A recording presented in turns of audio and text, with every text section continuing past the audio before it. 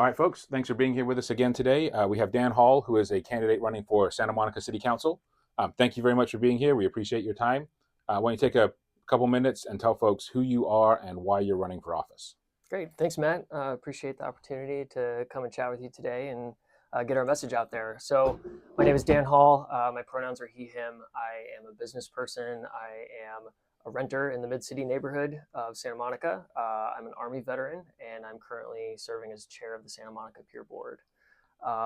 My platform for this campaign is very simple. It's clean and safe streets and neighborhoods, it's housing affordability and inclusivity, and it's a return to good government. Santa Monica has been a leader in so many spaces over decades of leadership, and it feels like we've gotten away from that in the past few years. I would ask those who are going to be voting in this election, ask yourselves, 4 years ago, are we on the right track? Are you comfortable with where Santa Monica is today? Are you happy with the direction we're headed in? And if you're not, like I'm not, I think all you have to do is look at who's had the majority for the past 3 years and decide to go a different direction. Sure. So we can jump right in with that last statement because that's something that, I mean, again, to be blunt, like it's something that you, your candidates, slate mates, folks that support you on social media, like this idea of who has the majority is something that's been perpetrated is the wrong word, but it's been put out a lot. And like, to be blunt, I'm not sure that's entirely accurate. And so what you're referring to is you've got Phil, Oscar, and Christine, who were the change slate that were elected in 2020. Lana was appointed in after they came onto the board, right? Mm-hmm. And you and other folks are calling her part of the change slate. And like, just to be clear, I have never seen a mailer that has her listed as a change slate candidate. I don't think I've ever heard her describe herself that way. I haven't seen any change slate PAC put money into her. We'll see candidate filings. There's maybe some that I missed there, but like, she certainly wasn't endorsed by SMER. She certainly isn't from that side of the aisle either. So I just think that's an important point that I'm sort of interested in talking about as you choose to bring it up. I know this is a long rant on my part, and it's your candidate statement, but you know, facts are facts. And like, if she was part of the majority, we would have settled the Voting Rights Act case, and like, we haven't because she hasn't voted to settle it. So like, when you say the majority, Well, to be clear, Mayor Brock is also against settling the case too. So you can pinpoint issues where Lana has voted with other candidates besides the change slate. yep, But you can also pinpoint many votes where she did vote with them yep, that our side, my side, I would have voted very differently on. absolutely, And I think you have to look at who are backing these candidates financially in the IEs, mm-hmm. and who's spending big money on them. When you look at Douglas Emmett backing her election in 2022, they're the same candidates that are spending $100,000 this election, or excuse me, the same business corporate entities that are spending $100,000 on re-electing Phil Brock and Oscar De La Torre. Sure. Like, and I understand that, but I also just think it's, I guess I just maybe we may just disagree on this. Like, Sure. I do think it is somewhat unfair to say there has been a distinct majority on the council at any point in time. Like, I do think, again, you can pinpoint votes back and forth. There was a 4-3 vote on senior housing over the priority housing list just at last meeting, right? Lana wasn't, the 4 was Lana plus Gleam, Carolyn, and Jesse, right?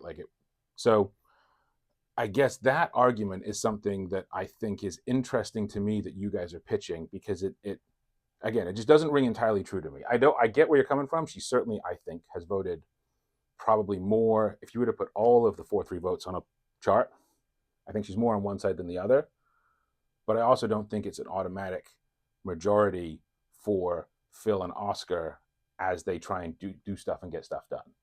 So I guess that's a statement on my part, right? But it is something Sure. that you guys have made, I think, have made a concerted effort about. I think that's been a distinct line of your campaign. And so I think, I don't want to make this about Councilmember Negrete. I've met with her, and she's a wonderful person. She's done great things in the business community and for our community at large as an elected official. There are points we certainly disagree on. Mm-hmm. And I would say the reason I feel very comfortable pitching this election in that frame is because for decades, Santa Monica has made significant investments in building more housing, in affordable housing, in micromobility, in bike lanes, in education, in different technologies for public safety. And I'm not saying she's against any of these things or all of these things. All I'm saying is it feels like when we are fighting for progressive values or liberal values, we are fighting for more affordable housing, when we are fighting for street safety improvements, when we are fighting for gender neutral restrooms, to be inclusive of transgender individuals in our community, it feels like it's a fight every time. And in years past, these would have been no-brainer 7-0 votes in Santa Monica. So yeah, I absolutely, well, mostly yes. I mean, Bob Holbrook was also maybe somewhat, 6-1, maybe yeah, 5-2, but yeah, it's a different majority right now. yeah, and I agree with that. But this gets into some of the stuff you're talking about, where it's like some of the reason, like you talk about street safety, like the reason that we aren't paving the streets as much as we should isn't necessarily because council members are opposed to the idea of streets and street safety. Some of that is straight up we don't have money, right? Correct. Like, and so, well, we have money. We're choosing to deploy it in other ways. And so this was where I was going with that, which exactly that. So like, if the priorities that you're interested in are not being funded to your satisfaction, right? Where would you change those funding priorities? What are the things that you would look at that would alter where we're spending money now to facilitate the things that you're interested in? Yeah, absolutely. I mean, I think there's any number of liabilities that we tend to settle on that maybe we shouldn't be. And, I'm not in closed session discussions, so I can't be privy to some of those details, but I think that's one place. Explain that for folks who may not understand what you mean by liabilities. Yeah. Are you talking like court cases, like slip and fall kinds of things? Sure, of course. That's a perfect example. It feels like several closed session items over the past few years have been trips and falls because our sidewalks or our streets or our alleys are not paved correctly. And, these are 200, 250K at a pop, and those add up. And recently, the council took a vote to fund 4 headcount for the police department. You mean increase the budgeted upon number by 4? Correct. Thank you. Increase the budgeted upon headcount number for the police department by 4. Now, to be clear, I consider, like, I'm a veteran. I have the utmost respect for our public safety professionals. Hiring in the police department, we do not want to lower the bar. We want the best police officers in the region. But hiring in the department is not keeping up with increasing the police levels to the way that, or in the way that a lot of people are agitating for in the community. And so right now, that funding for those police officers is sitting there and is not being deployed. That capital is not being deployed. That capital was taken from our repaving streets and sidewalks budget. So in my opinion, we should be deploying that capital in a way that makes our streets safer, in technology that could scale our police department. Why aren't we putting that towards an additional drone or towards lobbying for access to speed cameras? And so again, some of this is I don't mean to nitpick, but some folks listening to this might not know the minutiae. Right? I'm getting into policy. I'm a bit of a policy wonk. This is exactly what I want to do. I want to explain so people understand clearly what we're talking about. So when you're talking about the hiring, what you are referencing is the fact that the Santa Monica Police Department has been perpetually unable to hit its total budgeted staffing level. Right? That's what you're referencing there. And so what you're saying for the past few years, yes. Yeah. And I actually go back, like, honestly, like, I've been here 10 years. I don't know if I've ever seen it at its fully budgeted level. But so what you're referencing there is that the notion that if you have a staff cap, which we're at, what was it, 228, 230, 228, 232, I think. Whatever. I think it might be. I always round it off to 230. But we're at a number. If you increase that number by X percentage, but you can't achieve the lower threshold, the increase is a wasted expense, because no matter how much you increase it by, if you're not there, that money can't be spent other places. It's capital that we could be deploying elsewhere. Exactly. So this police staffing number, though, is something that's been bandied about a great deal. Like, it's a lot of people talk about it a lot. Setting aside the problem with hiring for a minute, what do you think the appropriate number is? Like, we're at roughly 230, call it 228, 232, whatever, roughly 230. I think the chief has mentioned a 250 number. I've seen the police union pitch, whatever, 278, 280. I had a candidate come in who pitched over 300. So like, just if you had the ability to staff it properly, what was the number that you think we should have for the city that we have now?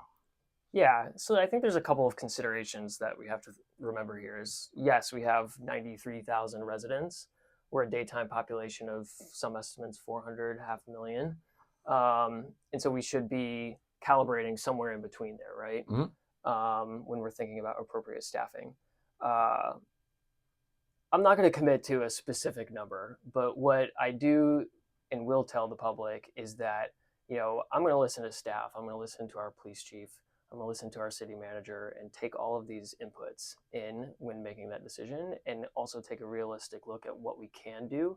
I'm on the record and I've stated it many times, including in front of the neighborhood association's members when we did the forum a couple weeks ago, that we cannot afford to have a cop on every corner as much as some people would like to have that. Mhm. So I would rather us take capital and deploy it, use our funds that we have to invest in technology that'll scale our police department. I would love to see an expansion of the drone program. Those drones can zip across the city in 2 Yep. minutes.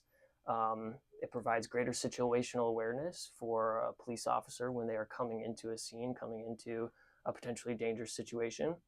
And in reverse, when we have a drone out there, and we've had a couple of incidents that the chief has briefed council on and the public on, that kids have been out there with BB guns Mhm. or squirt guns. Yeah, stuff that's not And an actual weapon, stuff but that's could not look an like actual it. weapon but could look like it. And so members of the public have rightfully called it in, like, hey, I see someone out here with what looks like a weapon. The drone can go out there and determine that, hey, that's actually not a weapon. And that provides the police officer with greater situational awareness going into the situation. Their adrenaline is not as high. It's a safer interaction with the member of the public. And, in those incidents that have been briefed, it's been a resolved situation where no one got injured. Yep. And so deploying our revenue in ways that make sense like that to be smarter on public safety, to scale our police department when hiring cannot keep up, that's what I would rather be doing in this moment. Got it. And again, I just want to make sure that I'm clear in summation points where you're at, right? So specifically, you don't want to give a number on staffing. I get that. But you mentioned you'd listen to staff. I get that too, right? So I'm interpreting that as you're not opposed to increasing the department should the police chief come to the council and you were on it and ask for it, but your concern with the staffing question is really around the appropriate and timely use of those funds. Right? Yeah, Like, absolutely. The first line on my website, I think, maybe not the first line, but it talks about, we want to see fully funded and fully staffed public safety departments, Mhm. whether that's the police department, fire department, code enforcement, a potential EMT unit that I know the chief wants to bring on. Our side, my slate, me, we are not opposed to a fully staffed police department. It's just a matter of balancing our priorities while we're in this budget crunch. We're trying to run a city here. We want to reopen our libraries to the full staffing level that they've been at pre-COVID.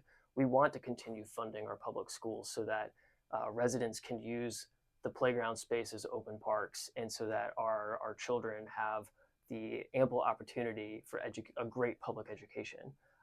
We want to continue having great parks and recreation programs. So it's as we're in this budget crunch, we're trying to run a full city here. Mhm. We can't sequester funds from every department and funnel them towards one and still expect the same amount of services from everyone. No, that's just a statement of reality, right? Yep. Yep. Yes, that is absolutely good. But to your priority question, though, I think this gets into this priority question of like, if your priority is get the police department to X number of people, whether it's 232, 250, whatever, if that's the priority, then you can develop programs, services, and put effort into achieving said priority. And that could be things like putting money into additional recruiting to help Sure. them with the Exploring staffing level, right? explorers programs, etc. Or bonuses to bring people over, or those kinds of things.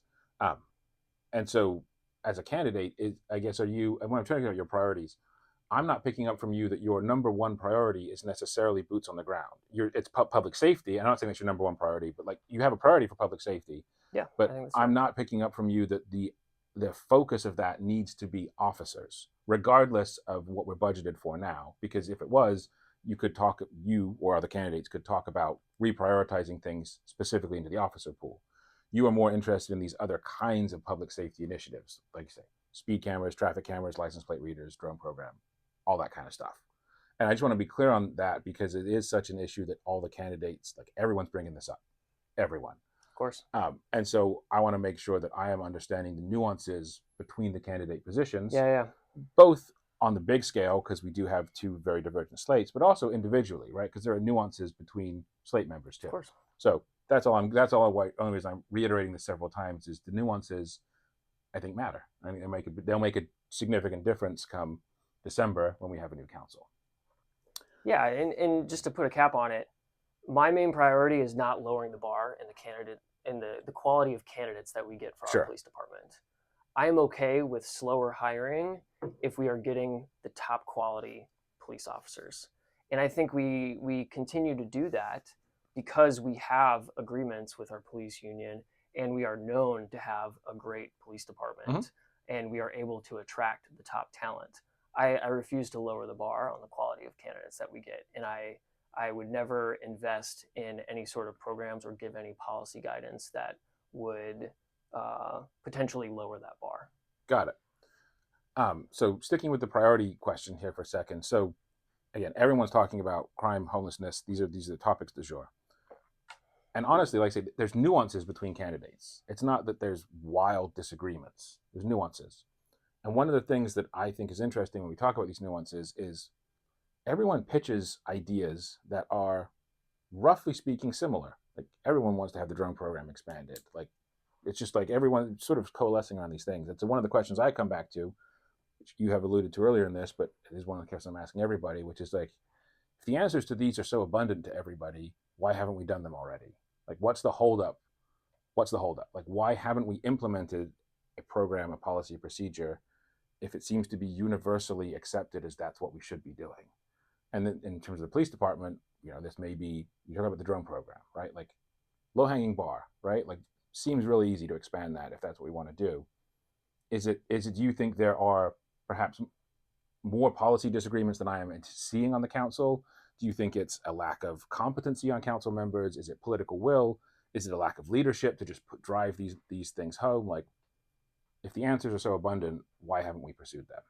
Well, I think there are special interest groups and around town, whether they are the Police Officers Association or neighborhood associations or just very loud individuals in the room that have the privilege and ability to attend council meetings that are insistent that crime can only be solved by one thing, and that's increasing the numbers of the police department. And that's the most important and most pressing issue and the highest return way of solving our public safety issues. I refuse to believe that that's the only solution that we have. And if we are not going to lower the bar on hiring of candidates, if we can't physically fill seats, then why are we not using capital to fund other solutions to public safety? No, I get that. And I guess that's the question you've just asked is a variation on what I'm asking, which is like, if that's the solution. Yeah. Well, there have been votes on council that have done exactly opposite of that. Yeah, and again, I hear you saying they could be using those funds for other towards other public safety initiatives. Yeah, and so it's while we wait for the hiring to catch it's up. a prioritization issue, right? Like they're catering to the squeaky wheel gets the grease kind of thing, where they're not you. I guess my words, not yours. I think that translates into a version of leadership, right? Like that there's not a vision on the council in order to pursue these perhaps more efficient, comprehensive ideas. Again, my summation, like sure. I'm interpreting what you're saying. But I think you bring up a very good point. There's a faction on council that likes to complain and likes to be angry voices in the room, and I fail to see solutions coming from them that are broadly acceptable to the community, and I don't see a willingness to stand up to squeaky wheels in the room. When you say so, I get where you're coming from on this. When you say not broadly acceptable to the community, that I think is an interesting point, and it's sort of an interesting point in Santa Monica politics, which is that everyone on council was elected, right? The community writ large chose all of those people for better or worse, whether I disagree with it, you disagree with it, like majority rules, right? Do you think the council members that you perhaps disagree with are genuinely out of touch with the community? And I guess if that's the case, is it that the community that has changed since they were elected, or have they changed since they were elected? I think that 2020 was a unique election. Totally was. I mean, we had terrible incidents nationally and here in Santa Monica with the riots that happened and some of the incidents that happened on May 31st, and that created a zeitgeist where folks were just deeply dissatisfied with things going on at all levels of government. And I think that manifested in locally with election of the three change slate candidates. Yeah, and it was unusual in Santa Monica politics, right? Because it was a rejection of incumbents in a big way, which is very, very rare, right? Very, very rare. And so it sounds a little bit like what you're saying here is they may not have changed as individuals, but perhaps that sounds to me like you're saying that the voters may have changed. The way the voter mindset from 2020 with people who genuinely wanted those candidates in, those same voters might have a different mindset this year, having some separation from the riots, the looting. It was also a COVID election, right? Yep. It was also COVID. There's very different things there.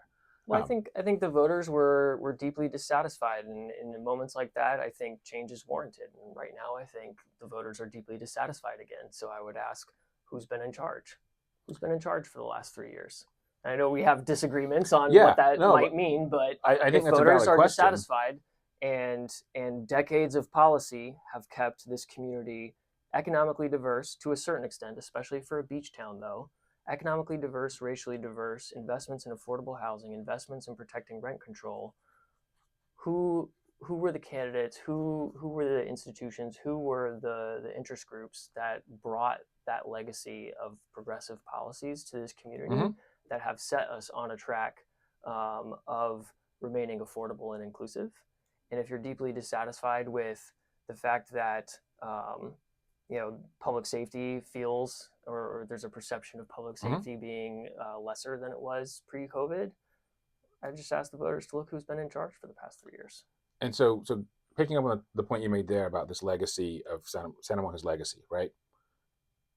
Talk about some of those other things in there. So economic diversity, right? Rent control, like you say, there's an asterisk that you put on that because rent control is not the same as everywhere being affordable, but the city does have rent control. I get all that. There is, I guess, there's 2 points I want to bring up on that. What you said. The first is this issue of sort of racial diversity, right? Cities, give or take, 70% white, 12%. What are we? I think we're like 15% Latino, roughly like 11. It's a little higher. Is it a little higher now? Like I'm trying to read the numbers. I'm working backwards from 70, right? So I thought I think we were 15. I think it was roughly 15% Hispanic. We're like 3% rounding up Black. I wanted to say that we were like 11% Asian. Like there's a mix in there. But what I think is interesting is there's 2 strong points when it comes to social justice that Santa Monica has been discussed recently. We have the CVRA, right, which is the California Voting Rights Act lawsuit brought by, Oscar De La Torre's wife, as council member, is one of the plaintiffs in that, and that arguing that the city's voting system is racist against Latinos. We've also had significant discussions recently regarding the city's Black community and population, and both recognizing and apologizing for things like the Belmar incident. And, we have an issue around eminent domain and a piece of property that was owned by a Black entrepreneur. And so I think there's a debate, a discussion amongst folks in the community around just how racially tolerant and truly diverse Santa Monica has been historically, right? We also have had discussions about zoning and redlining and single family neighborhoods being racist. So I guess that's just an interesting point to me that I'm not sure I could say unequivocally that category of things is something that Santa Monica has historically done well at, because we had to apologize for our behavior. We have vestigial racist policies, and we have at least some members of one of our racial minority communities saying the city's voting system is fundamentally racist. So, like, I guess just where do you stand on all these things? There's a lot of questions, right? Yeah, like, wow. like where do we There's go? a lot to unpack there. Do you want to do the CVRA first? Like, Sure, we can do that. So first, I want to acknowledge that I did not mean to imply that Santa Monica has a stainless history, No. because we certainly do not. And I'm not saying you were saying that either. yeah, I'm just pulling on the thread a little bit Sure. and expanding it. So yeah, I mean, Santa Monica has a very dark history of being a sundown town and eminent uses of eminent domain against Black and brown people, as we see with the 10 Freeway and Ebony Beach Club, Belmar, and what I was suggesting or saying really is that I think for decades we have tried to correct for some of that history, and that's what I want to continue moving forward. So let's address the CVRA first of all. So the CVRA was brought, as you said, the two plaintiffs are the Pico Neighborhood Association, which Oscar De La Torre, Councilmember De La Torre, was a former president of, and his wife Maria Loya. And the case stems from their belief that the Pico neighborhood has been historically underrepresented on council. Yep. Which specifically Latinos have, right? Specifically Latinos. This gets very. That's fair. That's a fair correction. Thank you for correcting. We don't get too far in the weeds, but yeah. Yeah. And there may have been a time in Santa Monica's history where that certainly was the case. For a long time, our council was entirely white, and that is something that I'm proud that we have changed.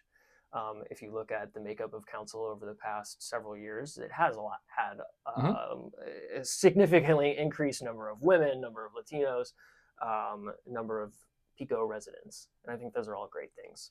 Our slate, myself, Natalia, Barry, and Ellis, the other three live in the Pico neighborhood. I live in Mid-City, and these are the two most underrepresented neighborhoods in city council history, in my opinion. And I'm reasonably certain that could be borne out with the correct research. Yeah, I haven't done the research, but I also wouldn't dispute that off the top. Exactly, like, exactly. Sounds right. Most of the political activism has been north of Montana or Ocean Park or Sunset Park, of course. And so, anyways, to get back to the CVRA, our population demographics, when you look at the census data, are simply not what they used to be. 65% of Latinos in this community live outside of the two census tracts that consist of the Pico neighborhood.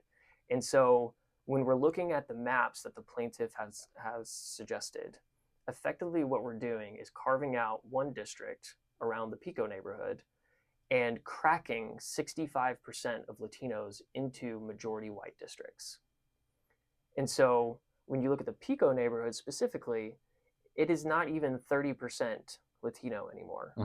And so what the plaintiffs are asking for is to create a potentially Latino influenced district for approximately 25% of that district at the expense of 65% of Latinos across town. That to me doesn't make sense. It does not make sense to crack that many of one racial group into majority white districts. I think that is not equitable. So just to, again, put a button on this, that doesn't say that you're opposed to districts. That mentions you're opposed to that map. So like, do you think districts writ large could be a good idea if we drew the maps differently, or just not? Do you not think we need districts regardless of what the map looks like? So I generally believe in at-large council manager forms of government for cities of our size. I'm not explicitly opposed to districts. What I am explicitly opposed to is a form of government system that only has districts. If there were at-large seats, or some folks have proposed an at-large mayor, elected mayor, which I ultimately do disagree with. But if there was a council form that was districted but also had at-large representation, which a lot of cities are moving to. Boston has it, Houston has it, I believe Denver has it. All larger than we have, larger than we are, of course. But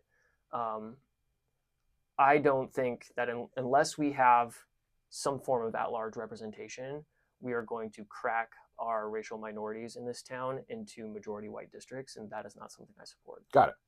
So I want to go back again. Going to use the point you brought up about Santa Monica's history of government, what have you, to transition to our next subject, which is that absolutely Santa Monica has had a long history of coherent thought, cohesive thought across the council members.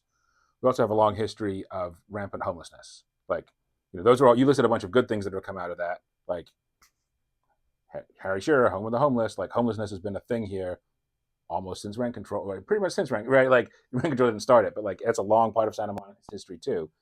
And that style of thought that was on council forever didn't appear to make much of a dent in that over the time that I was here, which is 10 years. So I guess transitioning into the homelessness thought argument on it, not argument, homelessness discussion, where do you see that train of thought? Where do you see that political ideology having a ability to create programs and services that would actually impact homelessness as it stands today?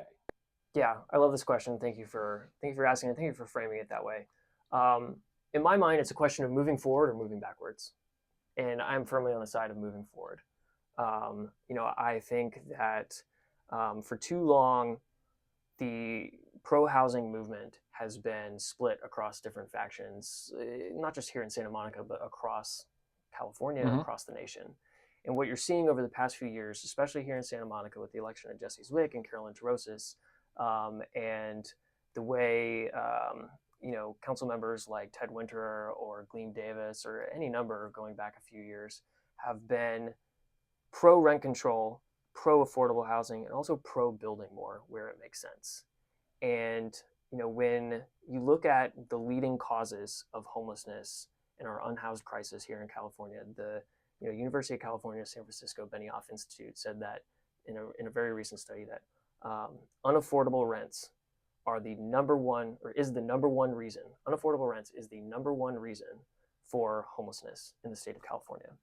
And here in LA County, as late as 2021, statistics were showing that for every 207 people we are able to put into housing, 227 people fall out of housing. Mm-hmm. So we're always going to be chasing our tail unless we solve the problem at its root. I'm all for getting people off the streets and into permanent supportive housing, but we also have to be investing in protecting our most vulnerable renters, seniors, low-income families, low-income workers, to ensure that we have like the strongest tenant protections to protect against evictions, that we are subsidizing rent for our most vulnerable individuals in town so that they can live here and still work here, and be a thriving part of our community. We have seniors out there right now. I'm a Meals on Wheels volunteer, Mm-hmm. so I'm in permanent supportive housing buildings quite frequently. I'm in some of our lower income parts of town and talking with some of the clients of Meals on Wheels. And some weeks they have a choice, some months they have a choice of their medication or their rent. Mm-hmm. And so what falls out of that equation? Food. And so there are literally seniors out there in our town that are eating cat food because they can't afford to balance their medications, their nutrition, and their rent. And so if we can solve for one of those pieces, and I think it has to be the housing piece, because with a house, with a home, everything else can fall into place. And so that's why I'm supportive of permanent supportive housing throughout our community. I think that we can't have our cake and eat it too. We can't say that we are pro affordable housing and pro getting people off the streets, but not on my street. I'm from the Mid-City neighborhood. We have a lot of permanent supportive housing and affordable housing in my neighborhood, and I appreciate that. I like that. It keeps our neighborhood economically diverse. It keeps our community much more walkable. And so when it comes to how I think our younger generation, our progressive leaders in our community and across the state are thinking about housing and homelessness, we're not a one lever solves all the problems. I believe in rent control. I want the strongest tenant protections. I believe in subsidizing affordable housing and rents for our lowest income residents. But I also believe in building more. I believe we need to build more in transit-rich areas, in our downtown, in places where it makes sense for our community, so that we're not pulling up the ladder of economic opportunity behind us, and that people have more options for housing, which ultimately leads to lower costs. Sure. So here's where I go with this, right? There's a couple of factors here. First, I think should be said, and the city of Santa Monica always wants to pitch this and whatever, but they're not wrong on this when they say that city does actually have, not perfect, But I think the city does a very good job of some of the things you mentioned here around like preserving our diversity program, which Yep. helps seniors get payment. We have tenant protections. Not that they're perfect; they are not perfect in any way. But I think the city should get some credit for the fact that we do have a lot of, and I think, very strong and better than our neighbors programs that do some of the things you've mentioned there. Certainly, they can be expanded. But the entirety of that thrust of argument that you just made, I don't think it answers the concern that residents have when they talk about homelessness. And I don't think it answers the concern because when you start to play out this philosophy, so yes, we need more housing. How much of that can you as a Santa Monica City Council member can only control the housing that gets built here in the city, right? And so this city, under your leadership or whatever, let's say it builds more housing. Great. Other cities perhaps don't, or they lag, or whatever happens outside of those cities.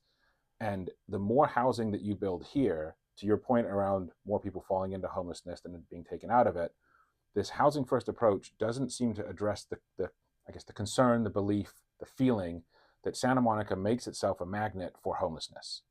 And that if we draw more people here, no matter how many people we house, if we continue to draw people here, this city becomes has an unfair and undue burden to address those problems.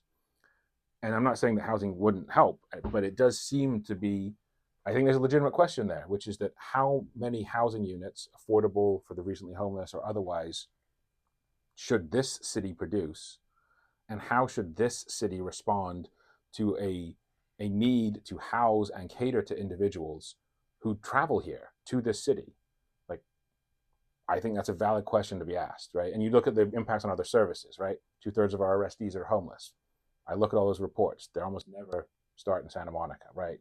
Our fire service is vastly overburdened with EMT services for homelessness. Like, there's just a lot of city resources that go into this issue, and I think it's a valid question to be asked, which is that, like, if we don't stem the tide coming in, how are we ever going to help on the outflow? Like, in our city specifically, not regionally, not in Los Angeles, not in the state, like in our 8 square miles. Yeah.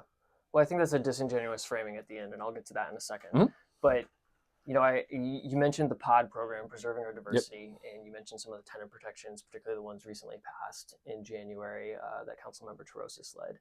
And I would remind the voters and listeners that it was Santa Monicans for Renters' Rights and Santa Monica Democratic Club endorsed candidates that brought those programs to the city and are driving real change. You framed the question is what can Santa Monica do for things like homelessness, which are vastly a regional problem. And I think it's our responsibility, particularly as a privileged community, to show leadership in this issue. LA County is 88 cities and all the unincorporated territories. And if we, as one of the larger of those cities, are not showing leadership on this issue, how can we expect and how can we point to Beverly Hills to get them to do their fair share, or to communities in South Bay, or east of downtown LA, up in the valley? And I recognize that homelessness causes a undue burden on many of our services, but at the same time, these are our neighbors.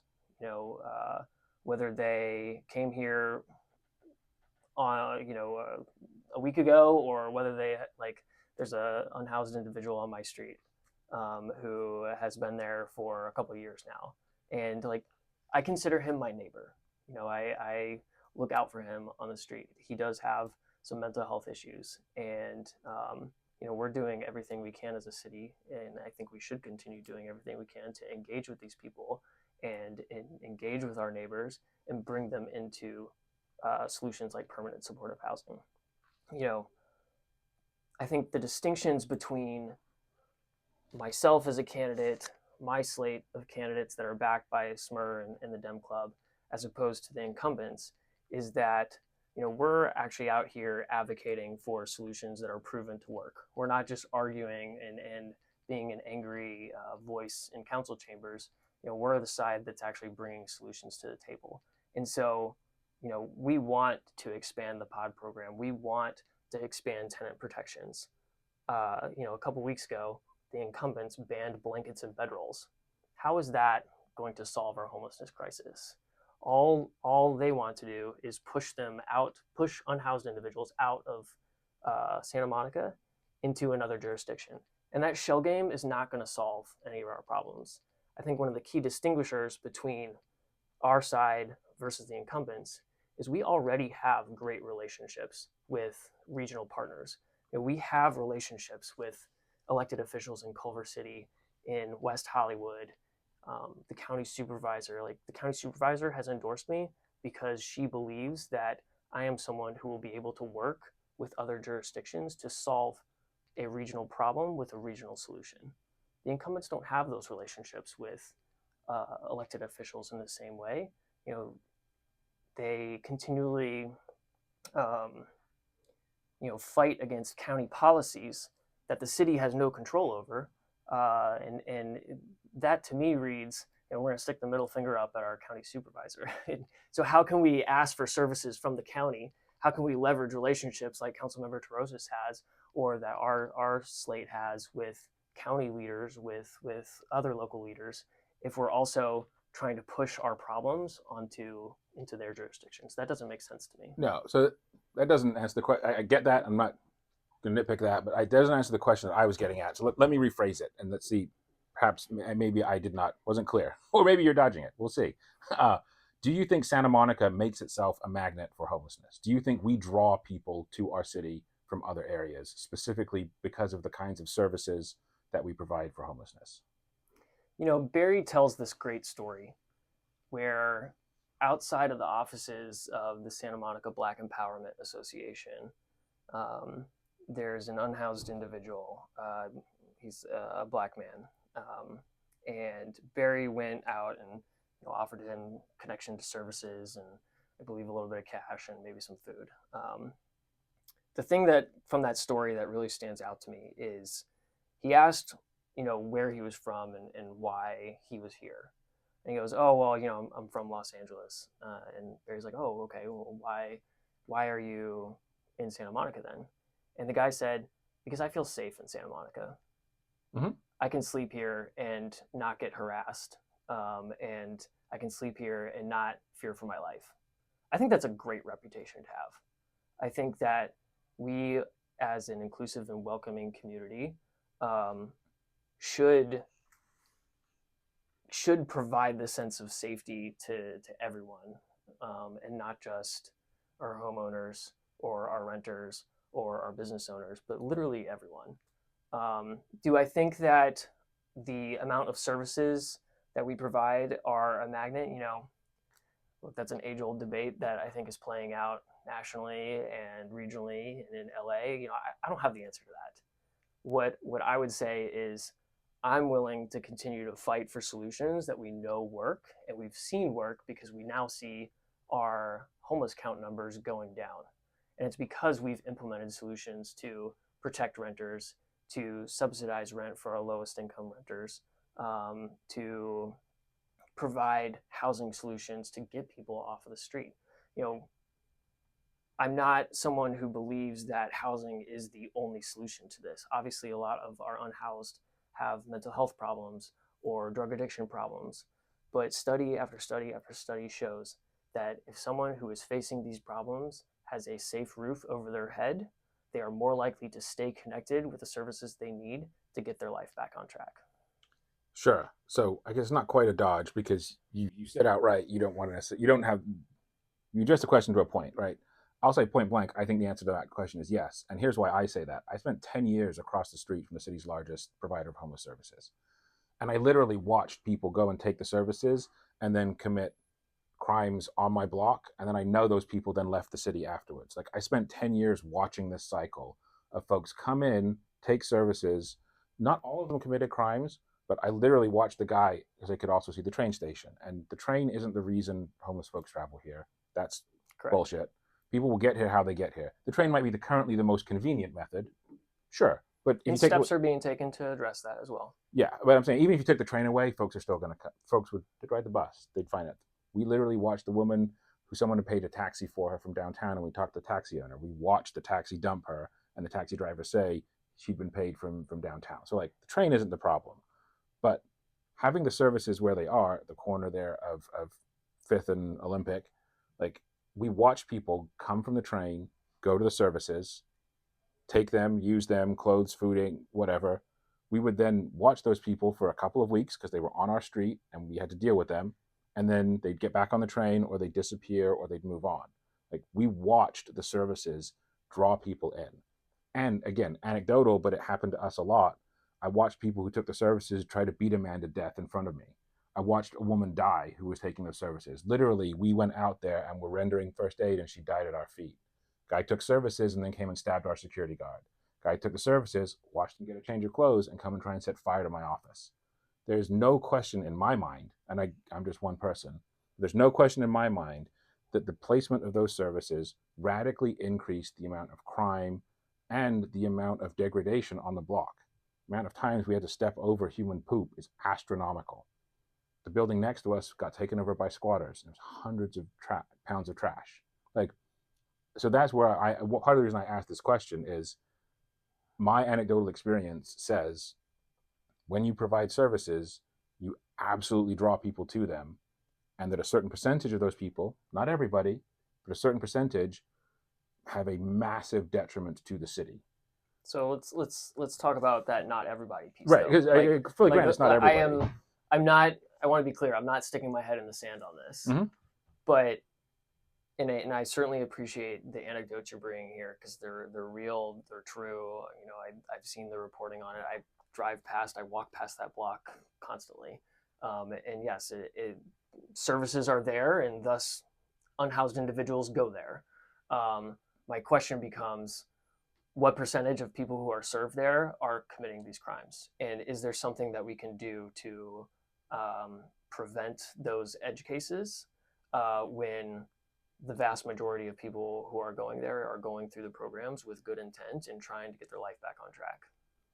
Yeah, and I guess there's a question of what percentage, right? And this gets into the city has absolutely horrendous to borderline incompetent record keeping on this subject. Like, this isn't a question for you, it's a personal rant. We should be able to track that.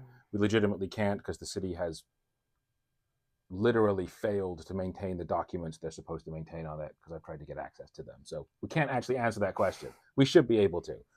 And I guess where I come again, I'd say in my conversations with leaders of the People Concern and the program managers running the programs at the People Concern, they're very confident in their ability to get people off the streets and connected with services. Yeah, but I guess this comes back. I guess this may be a philosophical point, which is for the folks who want that and stick around long enough to take that. Yep. I maintain, and I guess I just may be wrong in this, but I do maintain that we have a tremendous number of individuals who are truly transient, who move through the city, passing through the city as a stopping point because of the services that we provide. This is something that is difficult to prove because the record keeping is so incompetent on the city's part. Well, we also can't stop it. We have a freedom of movement in this country. Absolutely. And I'm not saying we should stop it, but there's a difference between attracting it and preventing it. And this is where I go with this question, which is that if the city didn't have a reputation for being so welcoming, would we have fewer transient folks who are truly transient coming through? I think it's the transient folks who are primarily the problem. I don't think it's our long-term homeless residents. I think it's the transient individuals. Sure. And so again, this is my personal, I think, right? I'm not presenting you data with this. I'm just saying, I think, having spent 10 years watching it, I think it's the transient individuals that cause, I'm going to pick a number and say 90% of our extreme problems, whether it's the assaults on the beach or the violence or that, I think it's the transient individuals. And I think that's the population that we should be laser focused on preventing from coming to Santa Monica or reducing much more quickly than we are. And I think for me, there's a frustration in homeless policy because there are different categories of folks. And I don't think we do enough to admit and identify the troublemakers, for lack of a better term. And I think we spend too much time defending universal policies that happened to bring the troublemakers in. And like I say, personal frustration I have with the discussions around homelessness. But rant aside, I did promise you we'd get a chance to talk about other things we hadn't yet, and we're getting to somewhat of that point. So was there a topic or a subject that you wanted to specifically address that we haven't had a chance to talk about yet? I'll pick something else if we don't. There's plenty more. Yeah, no. So I guess just to put a bow on that conversation, I don't disagree with you that I think we should be laser focused on the actual actions of the individuals and not on just their state of being. And again, I would point to this recent ban of blankets and bedrolls. That's not going to solve your problem of human feces on your sidewalk. That's going to cause problems for people who are trying to do the right thing and just can't afford to have a house over a roof over their head. I would prefer we continue to invest in solutions that we know might not be perfect and solve all of our issues, but are getting a majority of people off the streets versus voting for something that I see the Democratic Party sees. It was very clear in the letter that the county party put out that this was against democratic values. I would do not believe in pursuing cruel solutions to make people uncomfortable when they're already in a really crappy state of being as unhoused. So issues we haven't gotten a chance to talk about. I would talk about a couple of things. Underneath this wider umbrella of public safety, I think is safety for pedestrians and bicyclists. I think we bill ourselves as a very walkable and want to maintain our walkability and our desirability to live here. And so I want to make sure folks know that I'm completely committed to investing in capital improvement projects that increase our pedestrian safety, that increase our bicyclist safety throughout town, particularly around our schools. Some of the improvements that are finally going in after years around McKinley Elementary and Franklin Elementary are great improvements. I want to see continued investments in that kind of concept of public safety as well, and not just public safety is solving our unhoused crisis through law enforcement or anything like that. Another point you brought up a little bit earlier is around transparency with data and transparency with how our programs are doing. One of my ideas and one of the things I've advocated for throughout this campaign is greater transparency around exactly that. Under a previous city manager, there was an initiative to create an Office of Performance Management, and a publicly facing website, Samostat, was developed that showed statistics for how our programs were doing. And so I would love to see that kind of transparency with our city government. It's 2024, and the fact that we don't have a dashboard that's publicly facing to. Have you tried to use the open data portal? Yeah, it's terrible. It's challenging. Terrible. It's challenging to say the least. Yeah. And we've seen cities, we've seen states use open dashboards like this to hold public officials accountable, whether they are professional staff or elected officials. And I think that's the kind of transparency that we should be demanding of our city staff and of our city council. I recognize it's going to take an investment, and so maybe this is not something that we're able to do in the next few years, but that's the direction I would like to see us head. And I think there's also a question in that sense of good government, not just around transparency and accountability, but also ethics. There have been a few instances over the past few years where privileged and confidential information between the city attorney and council has been leaked to the public. And because of that, we lost a city manager candidate. It was explicitly stated in the letter he wrote to then Mayor Sue Himmelrich that he could not trust council because of how the negotiations were leaked.